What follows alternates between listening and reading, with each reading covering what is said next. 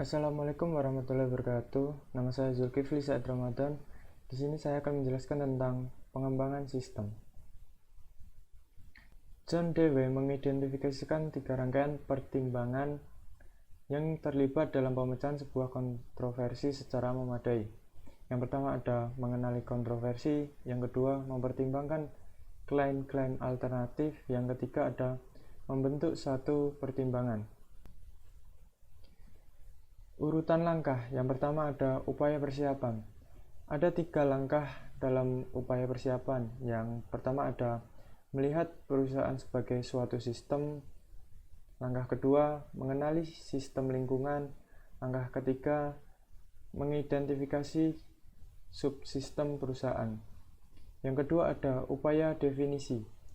Manajer atau seseorang di dalam unit manager mengidentifikasi masalah atau gejalanya.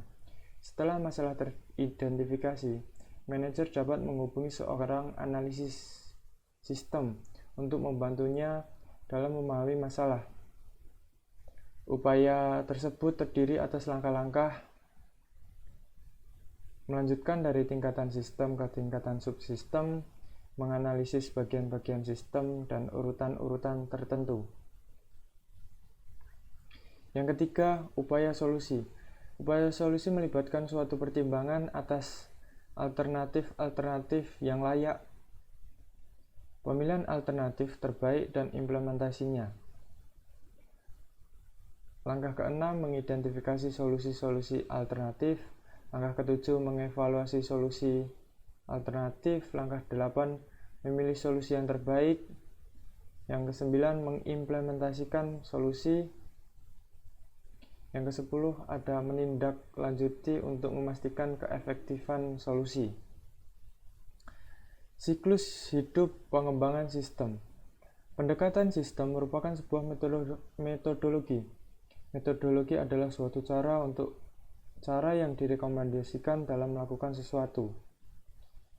Sedangkan pendekatan sistem adalah metodologi dasar dalam segala memecahkan jenis masalah. Siklus hidup pengembangan sistem. Tidak dibutuhkan waktu lama bagi seorang pengembang sistem yang pertama untuk mengetahui bahwa terdapat beberapa tahapan pekerjaan pengembangan yang perlu dilakukan dalam urutan-urutan tertentu. Tahapan-tahapan tersebut adalah perencanaan, analisis, desain, implementasi, dan penggunaan. Yang selanjutnya ada prototyping. Seiring dengan bertambahnya ukuran dan kompleksitas suatu sistem, meliputi tahapan-tahapan dengan sekali jalan menjadi suatu hal yang semakin tidak mungkin dilakukan. Prototype adalah salah satu versi dari sebuah sistem potensial yang memberikan ide bagi para pengembang dan calon pengguna. Proses pembuatan prototype ini disebut prototyping. Jenis prototyping. Jenis prototyping sendiri ada 2, yaitu evolusioner dan persyaratan. Daya tarik prototyping. Membaiknya komunikasi antara pengembang dan pengguna dapat melakukan pekerjaan yang lebih baik dalam menentukan kebutuhan pengguna. Pengguna memainkan peranan yang lebih aktif dalam pengembangan sistem, sedangkan pengembang dan pengguna menghabiskan waktu dan usaha yang lebih sedikit dalam mengembangkan sistem. Potensi kesulitan dari prototyping. Yang pertama ada terburu-buru dalam menyerahkan prototype. Yang kedua ada pengguna dapat terlalu gembira dengan prototype yang diberikan. Yang ketiga, ekspektasi yang tidak realistis. Yang keempat, prototype evolusioner bisa jadi tidak terlalu efisien. Dan yang terakhir, antarmuka komputer manusia yang diberikan beberapa alat prototipe tertentu kemungkinan tidak mencerminkan teknik-teknik desain yang baik. Pengembangan berfase. Tahap-tahap pengembangan berfase yaitu investigasi awal, analisis pengembangan, desain, konstruksi awal, konstruksi akhir, pengujian, dan pengembangan sistem. Sedangkan pengembangan aplikasi cepat meliputi unsur-unsur penting RAD, yaitu manajemen, khususnya manajemen puncak, orang. RAD menyadari adanya efisien yang dapat dicapai melalui pengguna tim khusus. Metodologi dasar RAD adalah siklus hidup RAD. Alat-alat, terutama terdiri atas bahasa-bahasa generasi keempat dan alat-alat rekayasa piranti lunak. Dengan bantuan komputer memfasilitasi prototyping dan pencipta kode. Desain ulang proses bisnis. Teknologi informasi mengalami kemajuan dengan sangat cepat, dan organisasi perlu mengambil keuntungan dari kemajuan-kemajuan ini. Sistem meliputi sistem-sistem yang memproses data perusahaan maupun sistem-sistem yang melakukan fungsi-fungsi dasar, seperti mengebor untuk mencari minyak dan memproduksi satu bagian manufaktur. Rekayasa terbalik. Perusahaan sejak dahulu selalu mengikuti produk-produk para pesaingnya dengan cara membeli sampel dan membongkarnya untuk melihat bagaimana produk tersebut bekerja.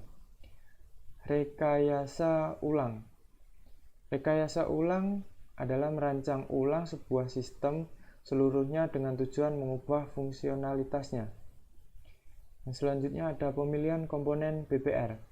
Komponen-komponen BPR dapat diterapkan secara terpisah maupun tergabung tergantung pada tingkat kemungkinan yang dicari. Permodelan proses. Selama bertahun-tahun, awal pengembangan sistem komputer praktis hampir seluruh diberikan ke proses-proses yang akan dikerjakan oleh komputer sebagai kebalikan dari data yang akan dipergunakan. Alat pengembang sistem. Pendekatan sistem dan berbagai siklus hidup pengembangan sistem adalah metodologi cara-cara yang direkomendasikan dalam memecahkan masalah-masalah sistem. Alat pemodelan proses yang populer adalah pembuatan diagram data yang mempergunakan simbol-simbol untuk proses dan unsur-unsur lingkungan yang dihubungkan oleh panah yang menunjukkan arus data. Manajemen proyek. Sejalan dengan pengembangan sistem informasi yang dilakukan oleh perusahaan, proyek-proyek akan dikelola oleh suatu hierarki manajer yang dapat terdiri atas komite eksekutif, steering komite, SIM, dan seorang manajer proyek untuk setiap tim pengembangan. Steering komite SIM, fungsi utama yang dijalankan adalah menciptakan kebijakan, melakukan pengendalian fisikan, dan menyelesaikan perselisihan. Sedangkan kepemimpinan proyek, yaitu tim proyek, meliputi semua orang yang ikut berpartisipasi dalam pengembangan sistem informasi. Mekanisme manajemen proyek. Dasar dari manajemen proyek adalah rencana proyek yang dibuat selama tahap investigasi awal, ketika metodologi pengembangan berfase diikuti. Setelah tujuan-tujuan proyek, kendala, dan ruang lingkupnya telah selesai, didefinisikan kita akan mengidentifikasi pekerjaan yang harus dilaksanakan. Mengestimasi biaya proyek. Input. Sebuah work breakdown struktur atau WBS mengidentifikasikan aktivitas-aktivitas proyek yang akan membutuhkan sumber daya. Contohnya WBS adalah grafik Gantt dan diagram jaringan. Kebutuhan sumber daya mencantumkan sumber daya tertentu yang akan dibutuhkan dan berapa jumlahnya. Sedangkan outputnya adalah estimasi biaya dibuat untuk seluruh sumber daya yang dibebankan ke proyek dan biasanya dinyatakan dalam unit-unit keuangan yang berlaku, seperti dolar atau euro. Estimasi seperti ini dapat disempurnakan kembali selama proyek berlangsung untuk mencerminkan tambahan informasi seiring dengan semakin jelasnya proyek tersebut. Sekian yang dapat saya sampaikan, kurang lebihnya mohon maaf. Wassalamualaikum warahmatullahi wabarakatuh.